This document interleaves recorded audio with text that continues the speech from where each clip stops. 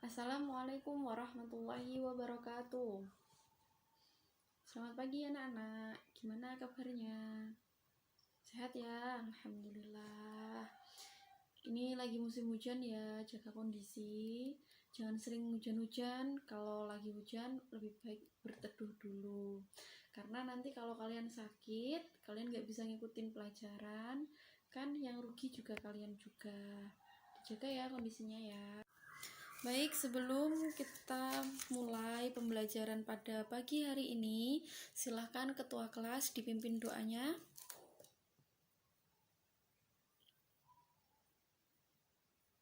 Terima kasih. Sedikit mengulas ya, kemarin kan kita udah menyelesaikan bab 3, bab puisi. Coba jelaskan apa yang dimaksud dengan puisi. Ya, silakan Mbak Retno. Iya, betul sekali. Puisi adalah jenis karya sastra yang memiliki unsur sajak, bait, baris, dan tipografi. Baik sekali ya. Terakhir, sebutkan ciri-ciri dari puisi. Coba angkat tangan. Yang bisa maju ke depan ya? Ya, silakan, Mas Bima. Ya, betul sekali. Puisi memiliki ciri-ciri, memiliki rima atau sajak, bermakna konotatif, bersifat simetris, menggunakan sajak syair atau pola pantun, terdiri dari kesatuan sintaksis atau gatra, bahasa yang digunakan lebih padat daripada prosa dan drama. Terima kasih ya Mas Bima, silahkan duduk kembali. Asalnya nomor berapa Mas Bima? Nomor 7 ya. Abimanyu, oke. Baik, sebelum Ibu lanjutkan ke bab 4 tentang teks narasi, mungkin anak-anak ada yang ingin ditanyakan terkait puisi kemarin, mungkin ada yang belum paham? Sudah paham semua ya? Sudah pintar-pintar semua ya? Baik, Ibu lanjutkan ke bab 4 ya. Silakan dibuka bukunya, bab 4 halaman 36. Baik, Ibu lanjutkan ke bab 4 ya anak-anak. Silakan dibuka ya. Oke. Sebuah bacaan atau teks yang berupa runtutan suatu kejadian berdasarkan urutan waktu dikenal sebagai paragraf narasi atau teks narasi. Teks narasi banyak ditemui dalam berbagai karya tulisan seperti novel, cerita pendek, biografi, dan lain sebagainya. Apakah sebenarnya bacaan yang termasuk dalam teks narasi itu? Ada 3 jenis teks narasi atau paragraf narasi. Ketiga jenis teks narasi tersebut adalah ekspositoris, artistik, dan sugestif. Pertama, narasi ekspositoris adalah jenis teks narasi yang dibuat secara informatif dan jelas, sehingga pembacanya dapat memahami dan mengerti teks narasi yang dibuat secara jelas. Biasanya, teks narasi ekspositoris menceritakan kehidupan seseorang dari awal ia hidup hingga kematiannya, atau yang sering kita kenal dengan biografi. Kedua, narasi artistik adalah jenis teks narasi yang mengisahkan suatu karangan yang bersifat imajinatif, cerita fiksi. Contoh karangan atau bacaan yang termasuk ke dalam jenis teks narasi artistik adalah cerita pendek, novel, cerita rakyat, dan lain sebagainya. Umumnya, jenis teks narasi artistik digunakan untuk memberikan hiburan kepada pembacanya dan memberikan pengalaman menarik dalam membaca. Ketiga, narasi sugestif. Narasi sugestif memberikan bacaan atau sebuah cerita dengan tujuan tertentu. Tujuan dari teks narasi sugestif tersebut biasanya adalah memberikan sugesti kepada pembaca agar mempercayai suatu hal. Pembaca dibuat seolah-olah melihat dan mengetahui maksud dari bacaan yang dibaca. Teks narasi adalah bacaan berupa karangan yang menceritakan atau menjelaskan suatu peristiwa secara detail berdasarkan urutan waktu. Dalam teks narasi, cerita atau karangan yang dibuat bisa berupa kejadian yang benar terjadi atau juga hanya berupa imajinasi. Biasanya teks narasi dibuat untuk menghibur pembacanya melalui cerita, baik cerita fiksi atau non-fiksi. Bagian teks narasi disusun dari 4 bagian, yaitu orientasi, komplikasi, resolusi, dan koda atau ending. Susunan teks narasi yang baik akan memberikan kesan yang lebih baik dari sisi pembaca. Selain itu, struktur teks narasi juga dapat digunakan sebagai acuan dalam menyusun kerangka paragraf. Langkah awal yang sangat penting dalam memulai membuat karangan berikut ini adalah struktur teks narasi. 1. Orientasi. Pada teks narasi berisi pengenalan tokoh, setting, latar tempat, latar cerita, latar waktu, dan berbagai komponen awal pengenal cerita lainnya.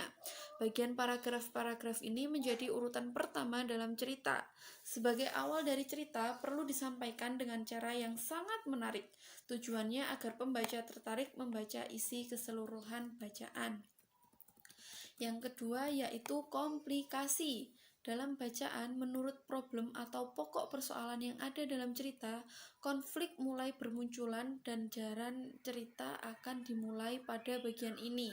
Bagian ini bisa dimulai dengan pengenalan konflik, selanjutnya diteruskan dengan konflik yang lebih kompleks. Yang ketiga yaitu resolusi. Resolusi memuat jalan keluar atau pemecahan konflik yang diceritakan pada bagian komplikasi. Bagian ini menceritakan kejadian yang hampir berakhir. Dan yang keempat atau yang terakhir yaitu koda, merupakan bagian dari akhir kerangan atau cerita. Bagian akhir atau ending dapat berupa cerita sedih atau bahagia. Ciri-ciri teks narasi.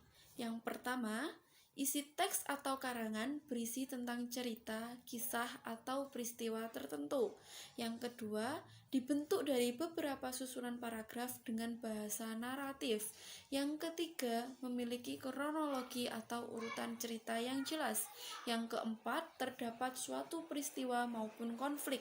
Dan yang terakhir, memiliki unsur-unsur pembentuk, mulai dari tema, latar, setting, dan karakter. Waktu kecil kalian tentu pernah mendengar cerita tentang Cinderella, bawang merah, bawang putih, dan berbagai dongeng lainnya, bukan? Nah, dongeng-dongeng ini sebenarnya termasuk dalam teks narasi. Kali ini kita akan bahas lebih lanjut tentang apa itu teks narasi dan juga jenis-jenisnya. Paragraf narasi adalah salah satu jenis paragraf yang mengisahkan suatu kejadian atau peristiwa berdasarkan urutan waktu. Narasi ada dua jenis, yaitu paragraf narasi kejadian dan paragraf narasi runtut cerita. Apa sih paragraf narasi kejadian itu? Paragraf narasi kejadian adalah paragraf yang menceritakan suatu kejadian atau peristiwa. Sedangkan paragraf narasi runtut cerita adalah paragraf yang menggunakan pola pengembangan suatu urutan dari tindakan atau perbuatan dalam membuat atau menghasilkan sesuatu. Sementara itu, jika berdasarkan jenis cerita, narasi dibagi menjadi dua, yaitu fiksi dan non-fiksi.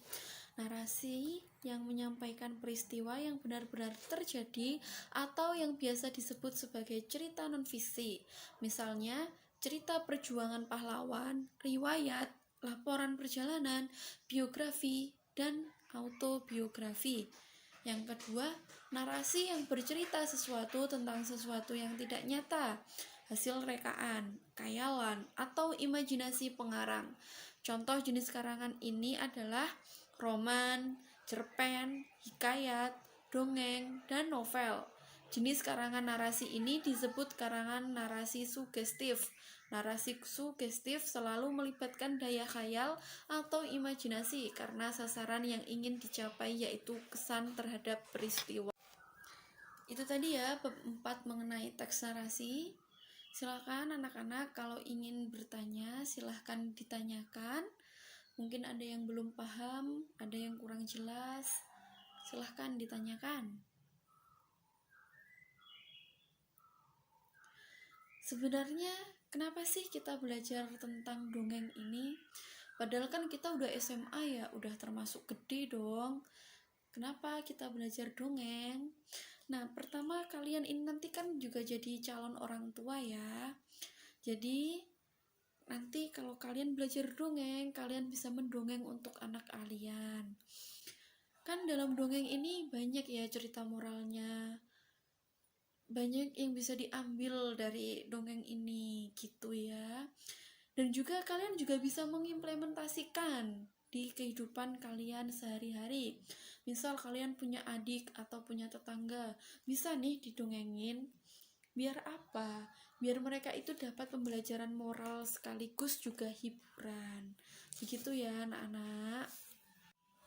Baik, karena waktunya sudah habis, Ibu akhiri ya. Terima kasih. Wassalamualaikum warahmatullahi wabarakatuh. Jangan lupa untuk tugas minggu depan Ibu share di grup WA kalian masing-masing ya. Terima kasih.